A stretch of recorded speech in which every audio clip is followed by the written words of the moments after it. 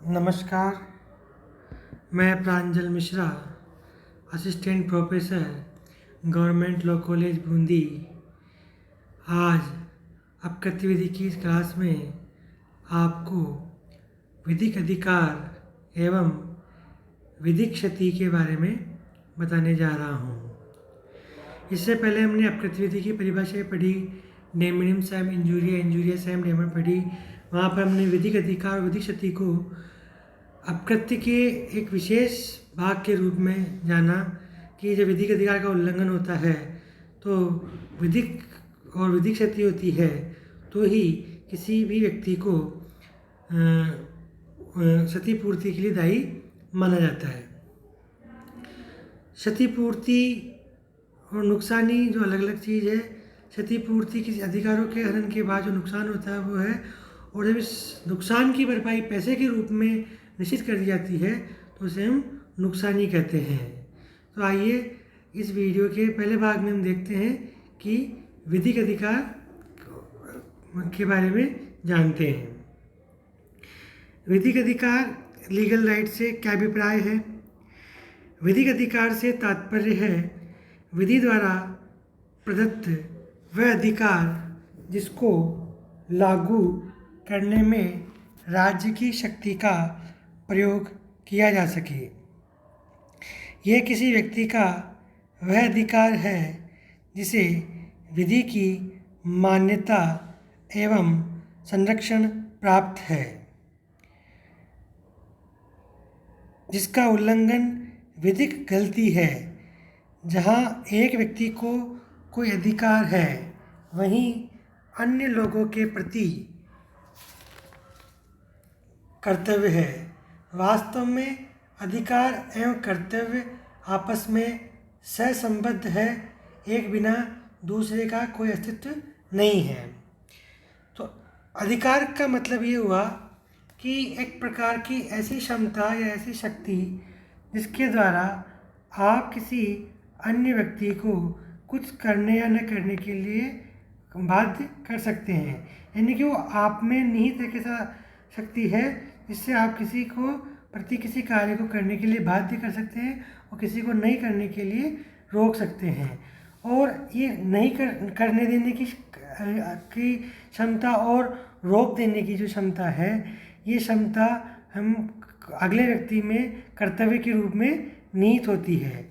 जब अगला व्यक्ति आपके प्रति किसी कार्य को करता है आपके कहे अनुसार, तो वह आपका अधिकार होता है, उसका कर्तव्य होता है, और अगले व्यक्ति की का वह कर्तव्य हो जाता है। तो ऐसे इसलिए तो अधिकार हुआ। लेकिन विधिक अधिकार से तात्पर्य है कि विधि द्वारा प्रदत्त वह अधिकार होते हैं जो कि अगर उनका उल्लंघन होता है तो विधिक गलती या विधिक दोष उत्पन्न होता है। इस तरीके से हम देखते हैं कि भारत के संविधान में अनुच्छेद 21 में प्राण एवं देह स्वतंत्रता का उल्लेख किया गया है। यानी कोई व्यक्ति उसके प्राणों से बिना किसी न्यायिक प्रक्रिया के, उचित प्रक्रिया के संबद्ध नहीं किया सकता।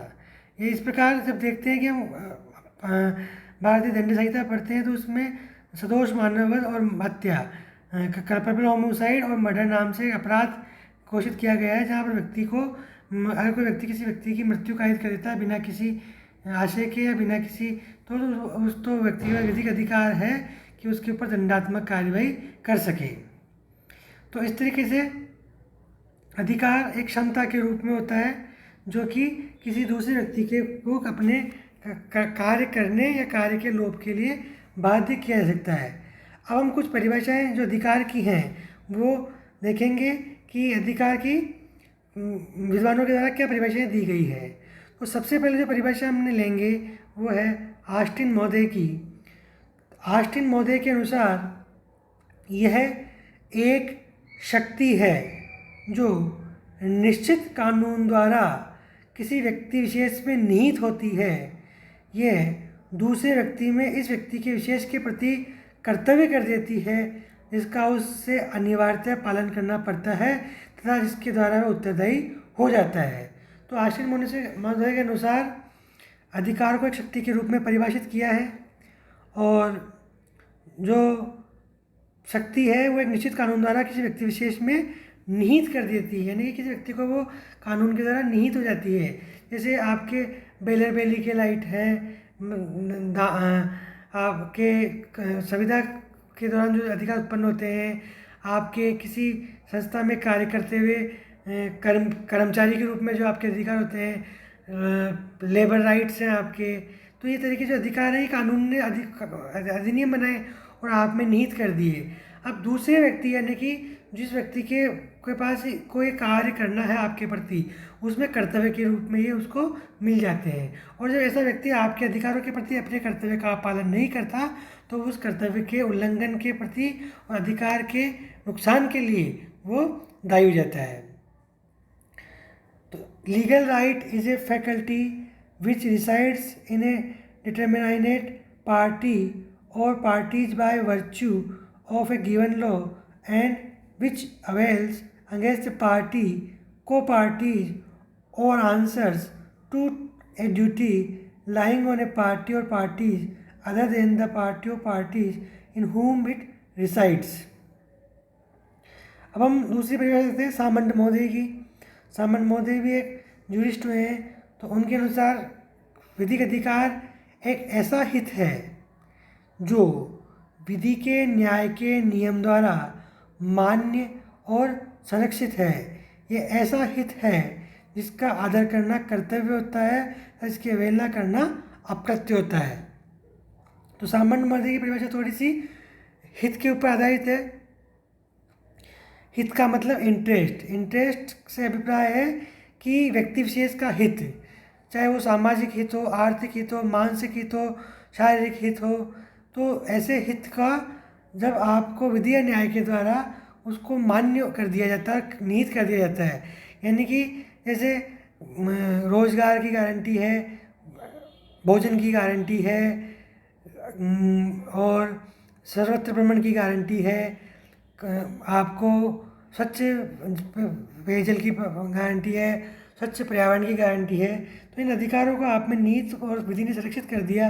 जब किसी के द्वारा पर्यावरण प्रदूषण किया जाता है, आपकी अधिकारों का उल्लंघन किया जाता है, तो उनको अपकृत्य या अपराध के रूप में वो दायी हो जाते हैं, उनको वो चीज़ की भरपाई करनी पड़ती है। इस तरीके से हम देखते हैं